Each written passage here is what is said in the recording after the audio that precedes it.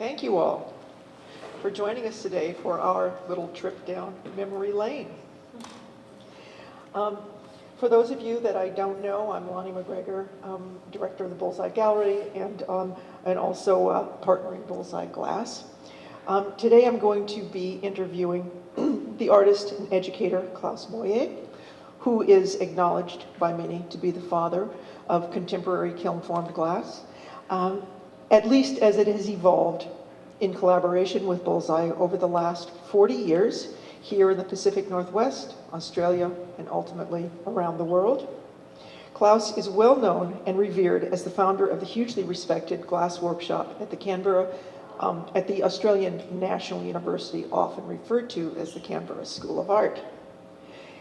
After 10 years at the school, Klaus left his position at Canberra in 1991, and since then has worked virtually full-time on his art. He has, in the words of Portland Art Museum's chief curator, Bruce Gunther, brought innovation and fresh rigor to the medium of glass through his incorporation of painterly concepts and concerns. Also on the hot seat this afternoon is my husband, Dan Schwoerer, who's used to being grilled by me, so this should be pretty familiar territory to Dan. Dan started Bullseye 38 years ago with two partners, Ray Ahlgren and Boyce Lundstrom, all relatively fresh out of graduate school. Apparently, Ray, Dan, and Boyce really intended their sheet glass making to be a pretty short gig, just a day job until they could also establish themselves as full-time artists. Ray did eventually, as Boyce, leave Bullseye to operate their own studios, but have continued to work in kiln glass in ways that have advanced our field enormously. Dan stayed here and helped to make Bullseye the work of art that it is today. Where I want to get us to this afternoon is a moment in time when the two paths of these men, their company and their school, collided. That moment, as many of you know, happened at the Pilchuck Glass School north of Seattle around 30 years ago. It was a moment in time that in many ways defined what kiln glass would grow to be in this country, in Australia, and again around the world. So that's where we're going, 30 years back in time.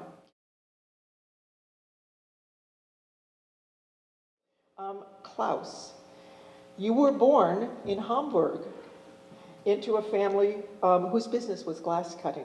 Do you talk a little bit about your earliest memories of glass? Well, the early memories go back to 1953, about 36 I'm born, plus 12 years I started to earn my pocket money in my father's workshop by grinding glass. And then at a later point in the 52 or 3 or 4, I became an apprentice. And yes, you see, I'm 17 years old in the center of this photo. You may not recognize me there. But I finished this one, this early experience with glass. Nothing to do with the beauty side of glass. It was just an industrial application. And I ended up with a grant because I became the best apprentice of the year in Germany, and this got me out of this situation and into one of the glass schools. All right.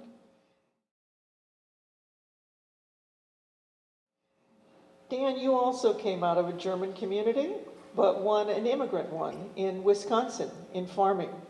Can you just tell us a little bit about what growing up on a farm in Wisconsin did for your later abilities in glass? Well, you know, being raised on a farm, you were exposed to this cornucopia of visual and physical phenomena from everything from the machinery, like you see here, to the buildings, to, you know, the rows of corn and the harvesting and all of those things. So visually, it was a very stimulating place.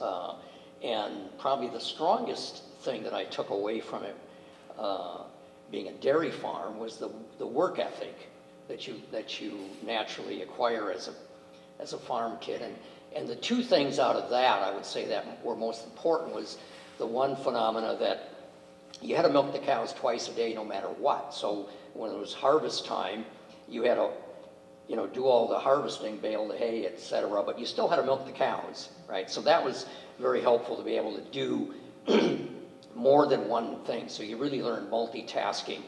You couldn't just say, hey, I only milk cows, or I only do hay. And the other, which served me very well in running a business, and the other thing was learning about the timeliness of work, of doing things. You couldn't just say, well, I'm going to harvest the hay on a Wednesday afternoon in the middle of August because I've got a fishing trip planned after a certain time. No, you got to harvest the hay when the hay is ready to be harvested, whether it's convenient, whether you had something planned or not. So that really helped in a business, in that timeliness of doing things, especially glass. Glass needs to be dealt with on a timely basis. You can't wait till you're ready for it. You have to deal with the problems as they come. So it was a great training ground.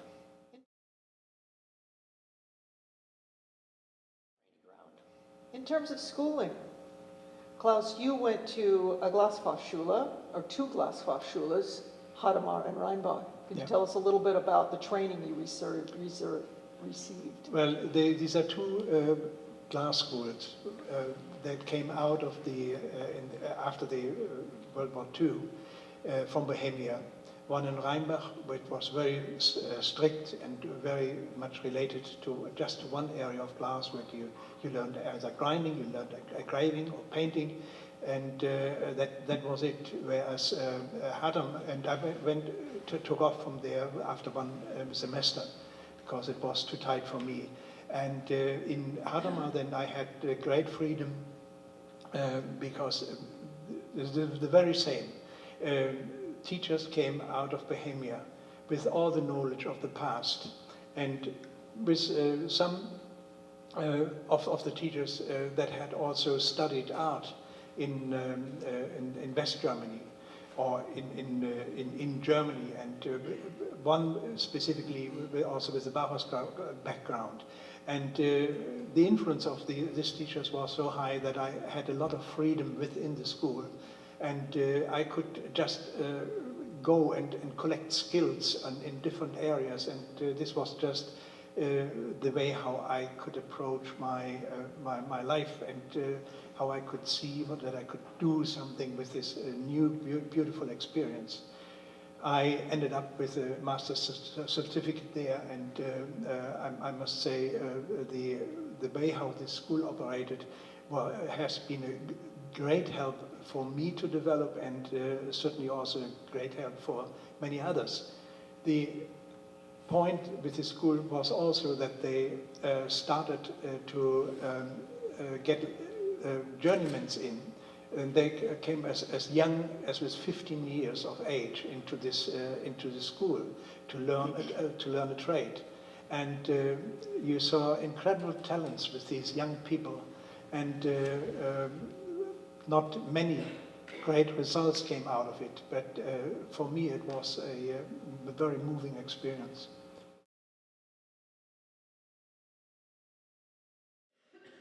Dan, you had a very different sort of education.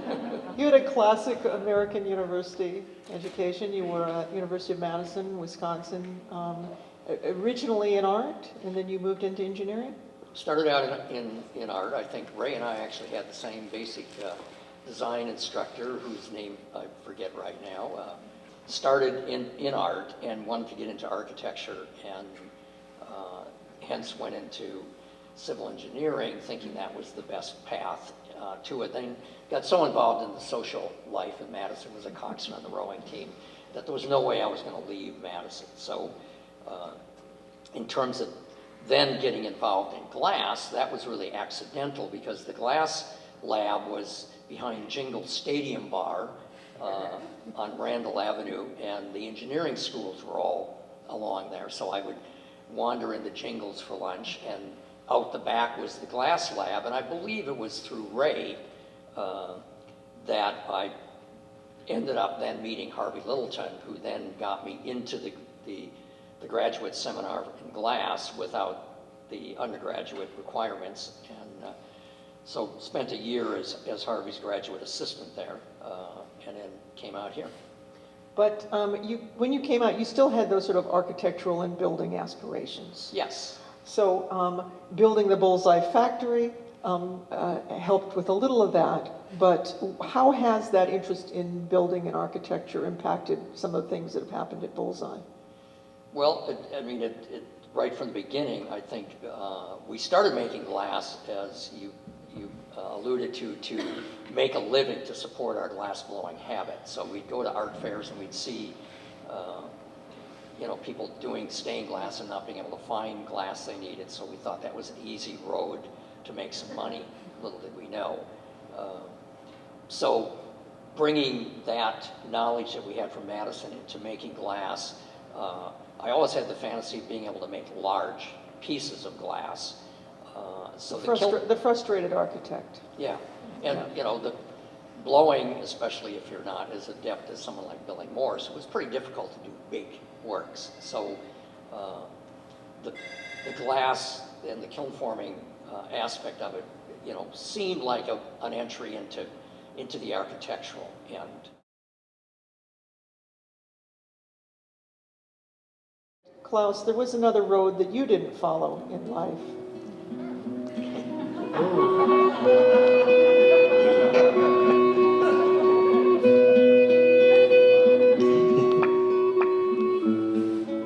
Well, music was something that I approached very early.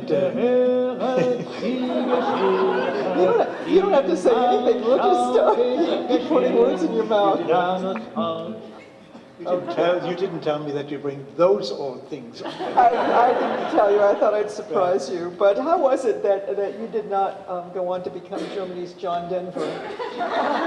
Well, when you do music, and I was successful, I can say. I had to do a few LPs under my cover. But then you become a roadie, and you have to go from pub to pub and from place to place, and have to repeat and repeat what you sing. And I thought that can't be my life. And I also had a family at that point, a young family. So I decided to stay with glass and go on with what I had. And it started off with restorations that I did. I had a huge commission to go to Amman in Jordan, where I restored, together with my wife, windows that were from the Lutheran church in Jerusalem, and where all the faces were shot out. So we had to replace all the paintings and build them into a new building there. Well, I'm going to go back to actually to Dan's reality here. And when he didn't become an architect, he did in fact end up coming out to Portland, Oregon. And with this guy, ended up putting together a blowing studio. And what sort of work did you all do? And where did it go? Well, mostly what I made was some pretty funky stuff. Ray actually was quite a much more skilled blower and did more controlled pieces, but I made fairly funky pieces, vases, bowls, paperweights, sculptural. Some of them ended up at Gump's, right? Yes. And we would go to art fairs and try and sell them. And in those days, there was very little glass, blown glass. I think there was hardly any. I think we were usually the only ones showing glass. So it was difficult to sell. And I bet that you didn't know that 30 years later, your wife, who does a daily Google search for Daniel Schwoerer, would find online. That was one of the controlled pieces. Although this piece actually was made at Bullseye. Okay, well, so I thought it was was made in like 74 or 75. But was it not somewhat similar to what was coming out of the contemporary American studio glass movement? Yeah, not that unlike. I mean, we certainly, the Venetians hadn't Hadn't gotten here. arrived, and for some reason, we never tapped West Virginia for Okay. any knowledge. So it was about making sculptural things, and Harvey Littleton was very specific about it. As a matter of fact, I'll never forget the time we made a bunch of goblets and stuff for sales, that he came in and broke most of it and said, if you ever make this stuff again, I'll throw you out of the class, right? You're here to make art, right? This is not art, right?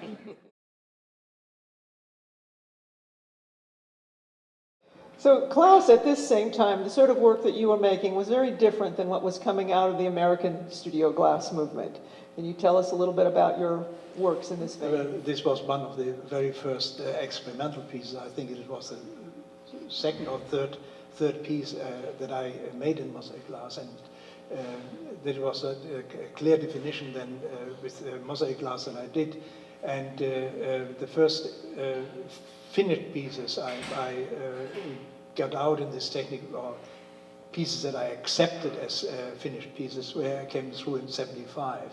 And fortunately, the first one that I then exhibited of it was bought by the Museum für Kunst und Gewerbe in Hamburg, which was a wonderful start because the director of that museum was also a scholar who had worked in Corning.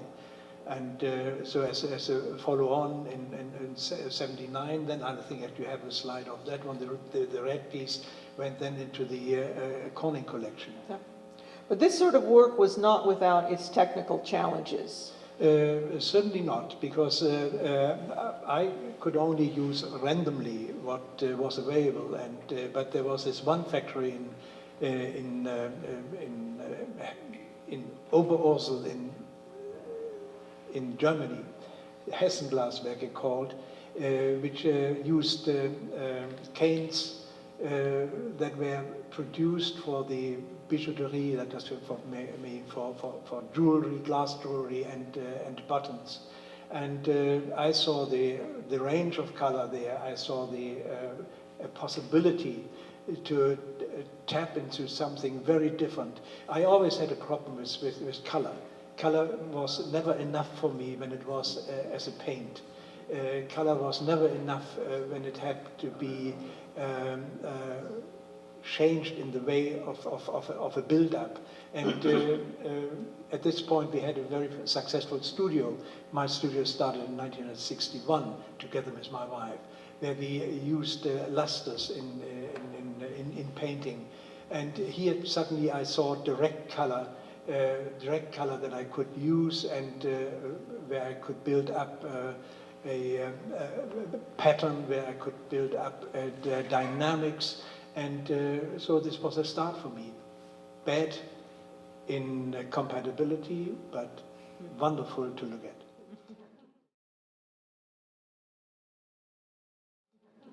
Now, you were in Germany while this was going on, obviously, and then we're trying to get everybody here into Pilchuck. So how did it happen that you ended up from Germany at the Pilchuck Glass School? Well, in '74, a poster arrived at my doorstep.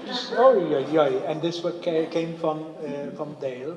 He had seen my work somewhere, and we started a contact.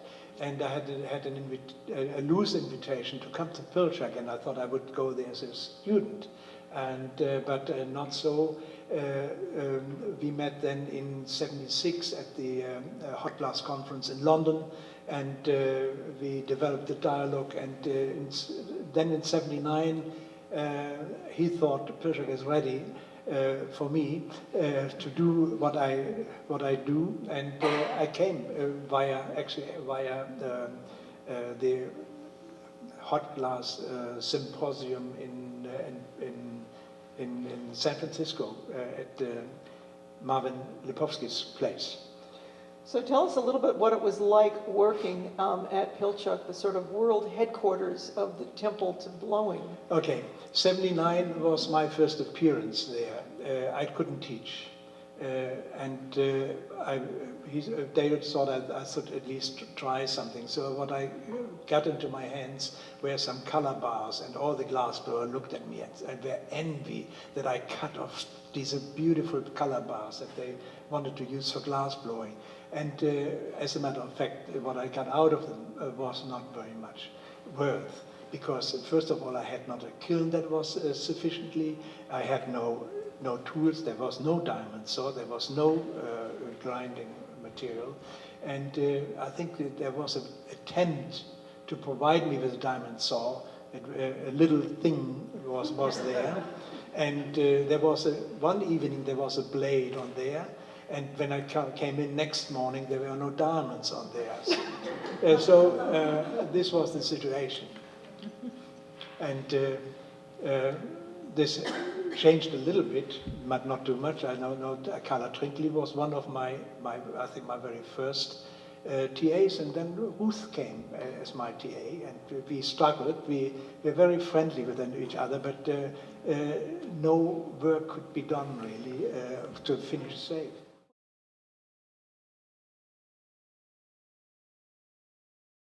Then I'm going to sort of leave you struggling up in the woods in Pilchuck with all these inadequate facilities, and pop back down to Portland, Oregon, where the Bullseye guys were proudly running their little sheet glass company. And this would have been since 1974, so we know it was so this after. Was probably 75. It was after. And they had started Bullseye in 1974 to make sheet glass for the stained glass trade. That's what the market was at that time. What attracted you to fusing when the market was for stained glass? Well, I think part of it was that we weren't interested in stained glass. We still wanted to get back to blowing, and using the glass in a fusing method was certainly more exciting than stained glass. And voice was the real thrust behind it in terms of creating works out of the material.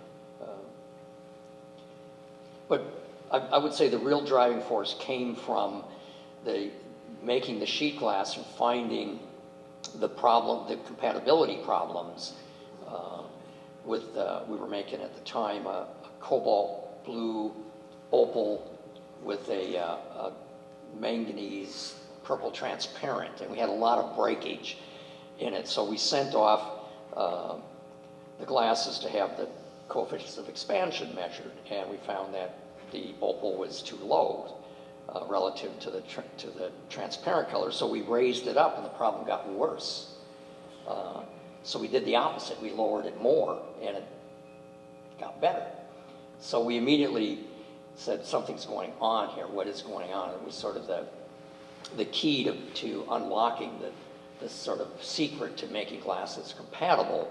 It wasn't the coefficient of expansion. The coefficient of expansion literally had practically nothing to do with compatibility. It was the transformation region of the glass that was important. That the annealing points needed to be close, not the expansion. So that really set us onto a whole path of making glasses that could be used in the kiln. And this interest in fusing led our team of corporate leaders here sort of to develop an entire department to research on issues of fusing, and it was called The Fusing Ranch. And I have to stop here and say thank you to Ruth Brockman for letting us have the slides of these wonderful old times.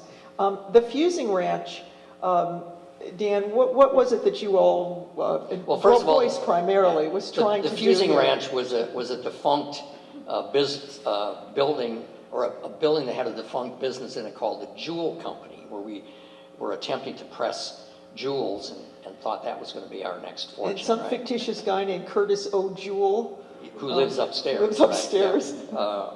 Yeah. And so since it was an empty building, it became, the purview of the Fusing Ranch, which was a place, first of all, to teach the kiln forming processes, and what better place to teach than in nature? Than in Valley. To develop products and processes like kiln shelf, separator, et cetera, the necessary products that would have been needed for this to become a viable studio methodology of working in glass.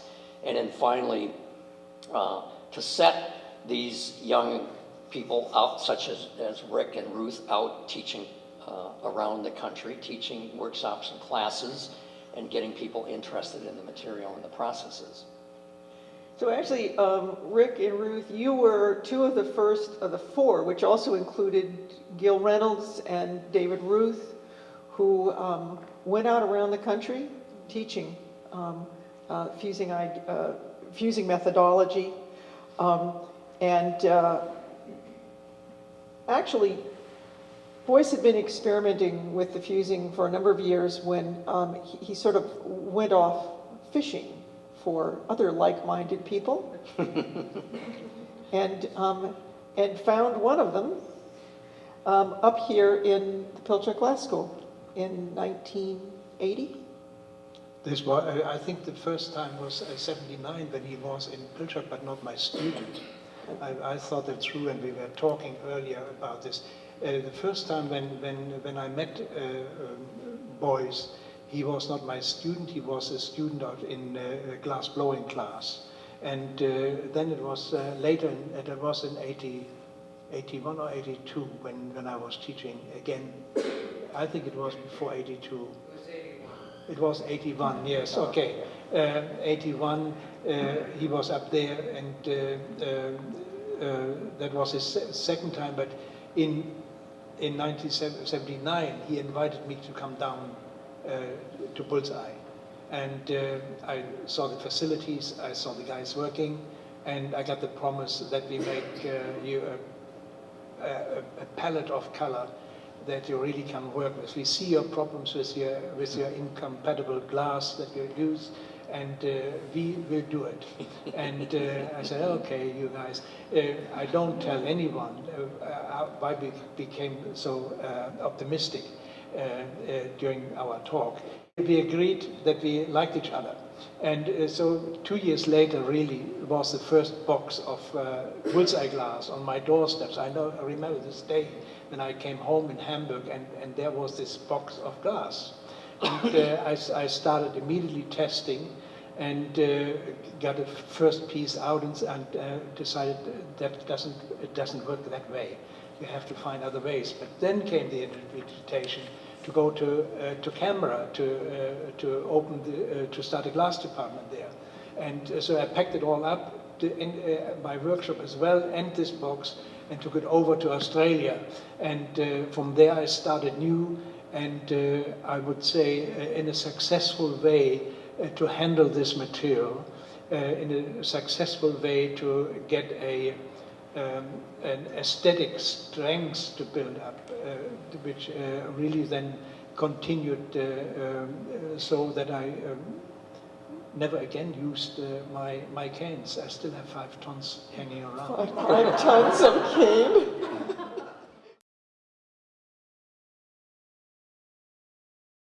And all during this time, this was the early 80s again, Bullseye was continuing its research into glass fusing and into developing, as Dan mentioned, the teaching methods, the materials, and documenting what was going on in that time, which was all assembled into a little old book that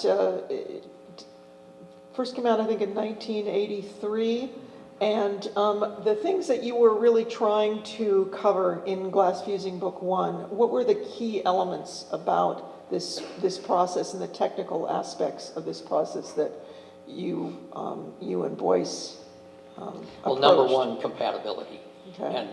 And a simple test to determine, to predict whether a glass was compatible or not. And this came out of, again, a whole lot of trial and error. We started out using the old thread pulling thing. Ray built a special box to keep all the ambient air away from things and tried all of these just sophisticated ways to pull threads. I developed a bar test, and it was fine in terms, the problem with the thread test is it would go from the working temperature to room temperature in you know, maybe 30 seconds or something, so that wasn't a real test of the process. The bar test, which was cutting a 1/2 inch by 12 inch strip of glass of the two colors and fusing those together in a kiln, was a true test of the process, but it took a lot of glass and a lot of kiln space to do it, so it wasn't viable. And we at the time had Bob Barber, who was actually a graduate from Madison as well, but also a PhD in physics and a pretty bright guy. And he said, well, just do a chip test. You don't have to make these big bars. And sure enough, that's what developed, was this chip test where you could then fuse the chip to a clear piece of glass and measure the strain at the interface with a polarimeter. So that was really the essence of the whole compatibility testing. So we could now predict whether a glass would work or not, very simply, very inexpensively, and do it for the whole batch of glass from the very start to finish. And that really enabled us to then go work on the chemistry to make the chemistry work to make the chip be stress-free. And actually, over the years, you refined that method to incorporate other sorts of testing? Yeah, we now do what's called angle of retardation. So we can, before we would just visually look at that halo under a polarimeter and go, well, it's hard, it's just a faint halo, so that's good. It's a little more halo, that's not good. If it showed color, that meant it was really bad. This actually quantifies it in terms of angle of retardation. Actually, you can relate it to the actual, if you want to, the coefficient of expansion. But anyway, it allowed us to quantify it, and we now go 2 degrees of rotation low and 4 degrees rotation high. So everything is within that. It's a very high tolerance. It's like less than 1/4 of a expansion point, which is less, an expansion point is a part per million, right? So this would be like less than 2 to 3 parts per million in terms of movement within the glass. So it's a very refined measurement.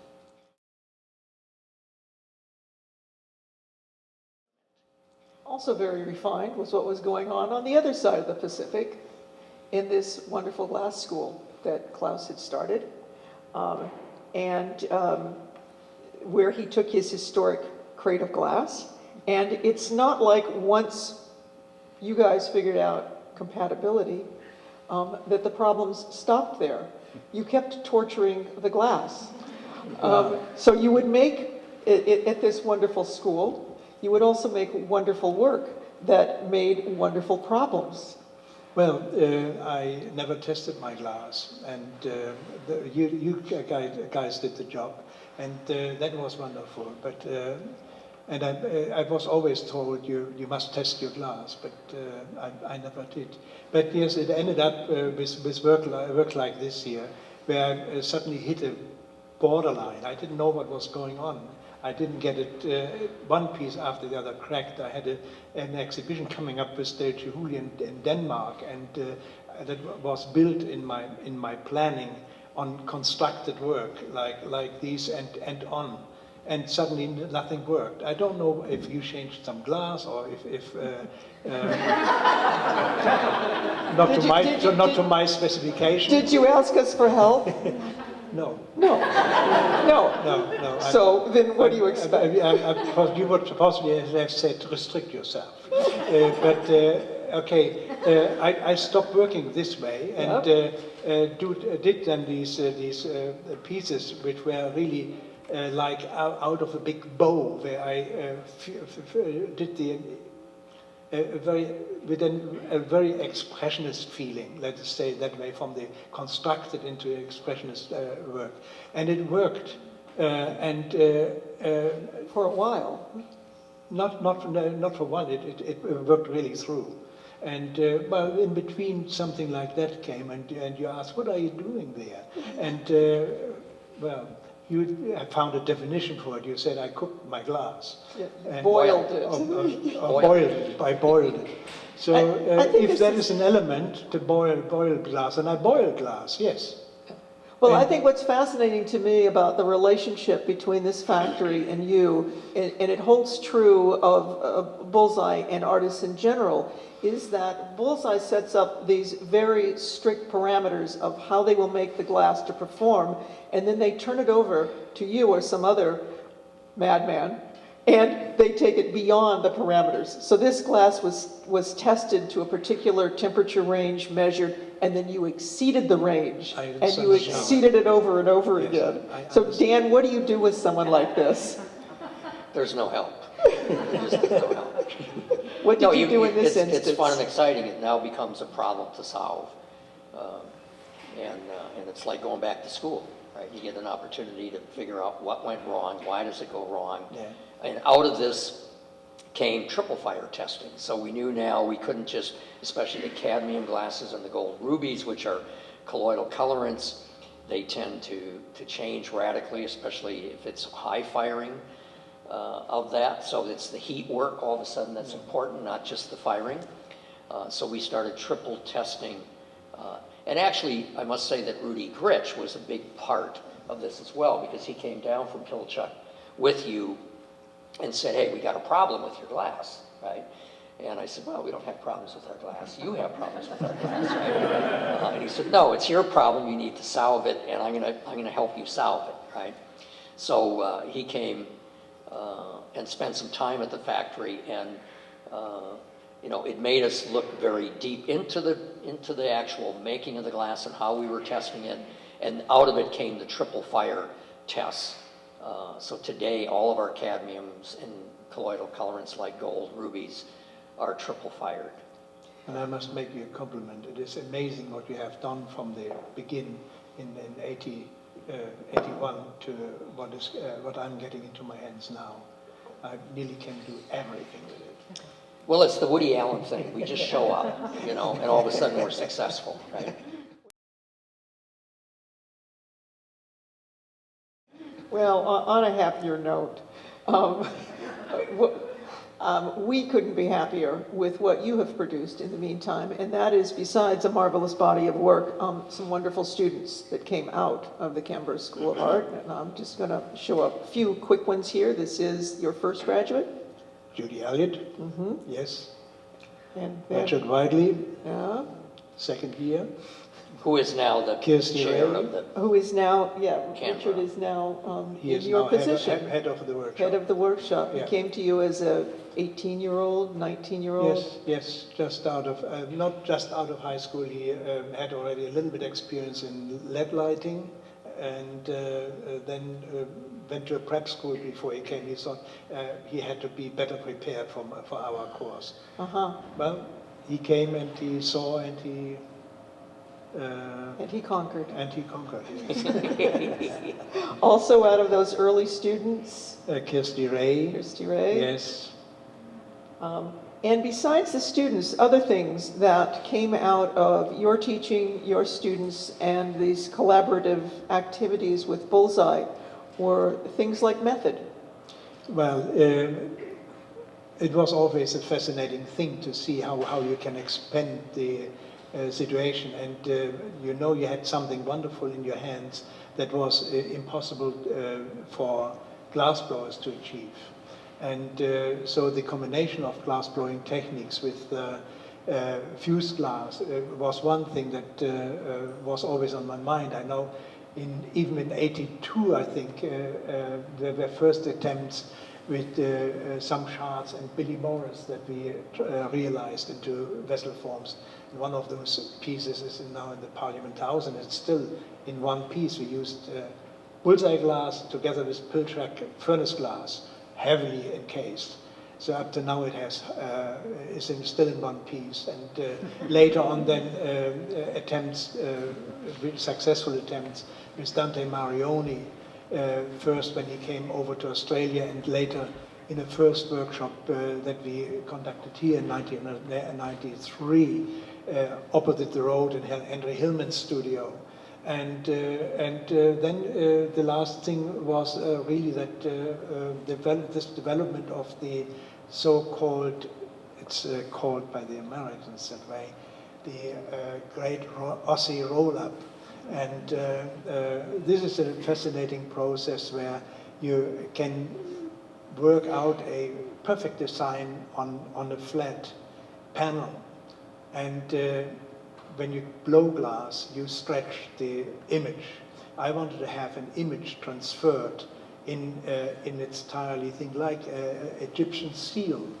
So you could see it as an Egyptian seal in large, rolling a panel into a cylinder form.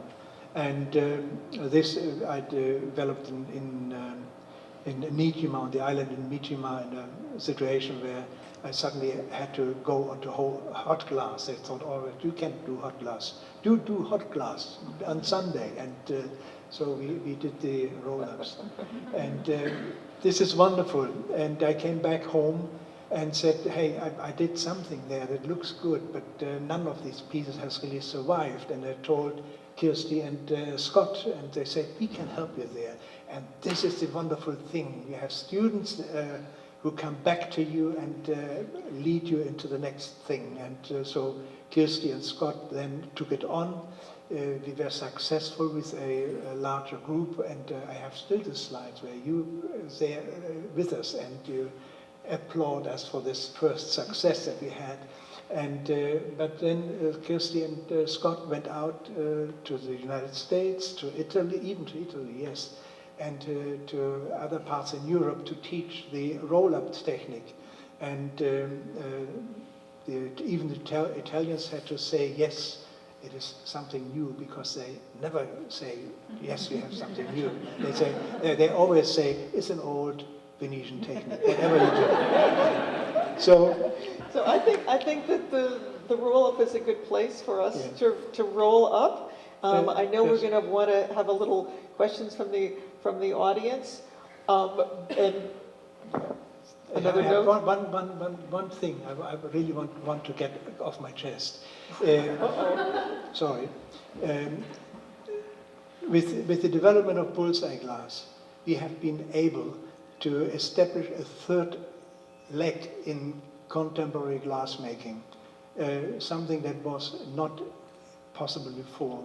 We know glass blowing, we know casting, we know cold work, but the fusing as we do it today is something that is a new leg in contemporary glassmaking, and one should really consider that. And it's only possible because has been a maker put his interest into the whole issue, and is providing us now with a material that is empowering us. This has happened in the history of art several times. In New York, it was just a painting company who had painters to develop new styles of painting. But I think it is worthwhile to mention that. Sorry. So with that roll-up, what has come back through your work, through the development of your methods, your students, has come back in our direction from Australia. And I'm going to just roll up with two last little roll-ups from both the originally New York-based artist who went to Australia, got the roll-up, came back. A West Coaster who was heavily influenced by you at Pilchuck, came back with the roll-up, and now are teachers themselves throughout our community. And for what you have given to our community in glass, I think all of us Americans owe Australia and you, Klaus, and all of your students a big round of applause, and we Americans would like to applaud you.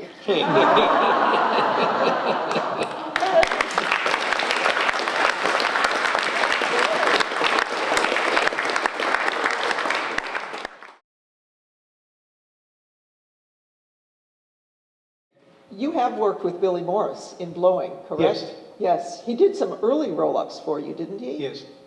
Can you speak to that a little bit? Oh, okay.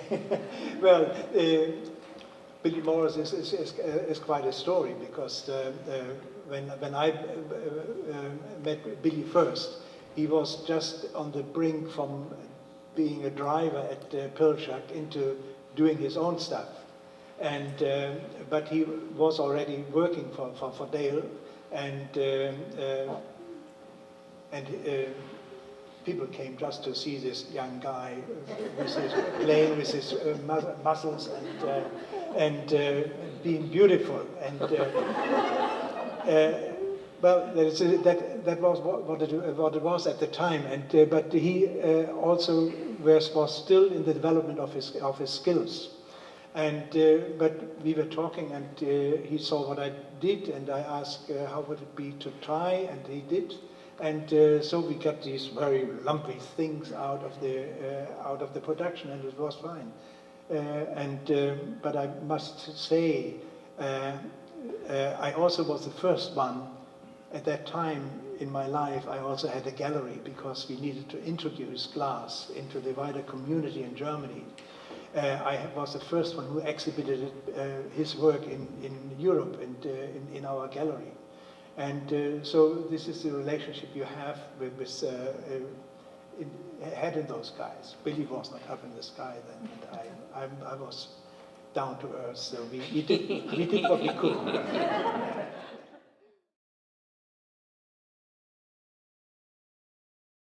And actually, Klaus made a good comment once to one of our distributors who asked that very question, aren't we going to develop more colors? And Klaus said, well, that's for the artists to do. There's enough crayons in my box. I can just mix them to get new colors, right?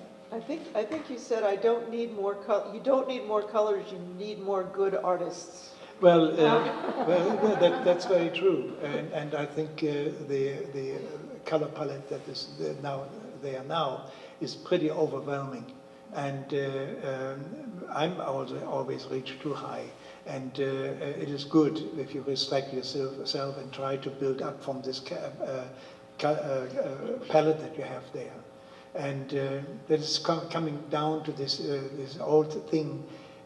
That people stay in Paris and look at the cathedral and to look at the colors and say, my God, this is impossible to do in these years. We can't do all these colors, and it's totally wrong. It's the colors were very minimal that they had, but they used them in a perfect way, where they use the different lights that they take, the different thickness that they take, and there they gained a palette that is looking so overwhelming, and counts for here too.